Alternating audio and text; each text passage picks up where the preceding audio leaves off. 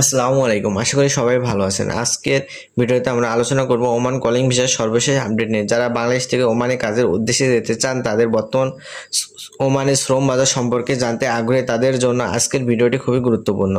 তাই ভিডিওটি শেষ পর্যন্ত দেখুন। অনেকে প্রতিদিন জানতে চান ওমানে কলিং ভিসা কি চালু আছে, নতুন নিয়োগ কি হচ্ছে এবং বর্তমানে কোন কোন খাতে কর্মীর চাহিদা রয়েছে। প্রথমে বলে রাখি, ওমানে বিদেশি কর্মী নিয়োগের বিষয়টি দেশের শ্রম বাজার চাহিদা, সরকারি নীতিমালা এবং নিয়োগকারী প্রতিষ্ঠান প্রয়োজনের উপর নির্ভর করে। তাই সব সময় একই পরিস্থিতি থাকে না। কোনো সময় নিয়োগ বাড়তে পারে, আবার কোনো সময় কমতে পারে। বর্তমানে ওমানে বিভিন্ন খাতে বিদেশি কর্মীর চাহিদা রয়েছে, বিশেষ করে নির্মাণ, পরিষ্কার পরিচ্ছন্নতা, হোটেল ও রেস্টুরেন্ট, নিরাপত্তা, ড্রাইভিং, কারিগরি কাজ এবং কিছু শিল্প প্রতিষ্ঠানে প্রয়োজনীয় অপ্রয়োজনীয় বিদেশি কর্মী নিয়োগ করা হয়।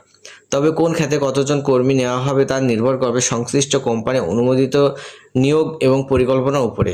অনেক দর্শক প্রশ্ন করেন, কলিং ভিসায় যেতে হলে কি বিষয় আগে থেকে নিশ্চিত হতে হবে। সবচেয়ে গুরুত্বপূর্ণ বিষয় হলো আপনি যে চাকরির জন্য যাচ্ছেন সেটি বৈধ কিনা, নিয়োগকারী প্রতিষ্ঠান অনুমোদিত কিনা এবং আপনার হাতে থাকা চাকরির অফার লেটার বা ভিসা সঠিক কিনা। শুধু কারোর কথার উপর বিশ্বাস করে বিদেশ যাওয়ার সিদ্ধান্ত নেওয়া উচিত নয়।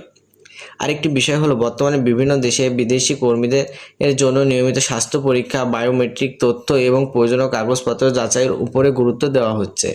তাই passport, medical report, police clearance এবং অন্যান্য প্রয়োজনীয় নথি আগে থেকে প্রস্তুত রাখা ভালো। অনেক সময় সামাজিক যোগাযোগ মাধ্যমে দেখা যায় কেউ বলছে হাজার হাজার ভিসা এসেছে, আবার কেউ বলছে সব ভিসা বন্ধ হয়ে গেছে। বাস্তবে এ ধরনের তথ্য সব সময় সঠিক নাও হতে পারে। তাই গুজবে পরিবর্তিত সরকারি ঘোষণা, অনুমোদিত রিক্রুটিং এজেন্সির এবং সংশ্লিষ্ট কর্তৃপক্ষের তথ্যের উপর নির্ভর করা উচিত। ওমান যাওয়ার আগে চাকরির চুক্তিপত্র অবশ্যই ভালোভাবে পড়ে নেবেন।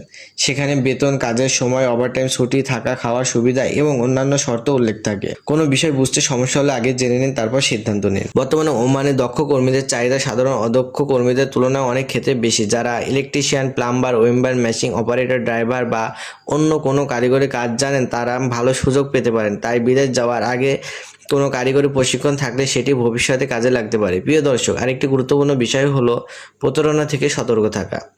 অনেক অসাধু দালাল অবাস্তব বেতন বা দ্রুত ভিসার প্রতিশ্রুতি দিয়ে মানুষের কাছ থেকে টাকা নিয়ে প্রতারণা করে। তাই কখনো যাচাই না করে টাকা দেবেন না এবং সবসময় বৈধ রিক্রুটিং এজেন্সির মাধ্যমে বিদেশ যাওয়ার চেষ্টা করুন। যারা ওমানে যাওয়ার প্রস্তুতি নিচ্ছেন তাদের জন্য পরামর্শ থাকবে, শুধু ভিসা পাওয়ার যথেষ্ট নয়। যে কোম্পানিতে যাচ্ছেন সেই কোম্পানির সুনাম, কাজের ধরন এবং সুযোগ সুবিধা জানতে এ তথ্য সংগ্রহ করুন।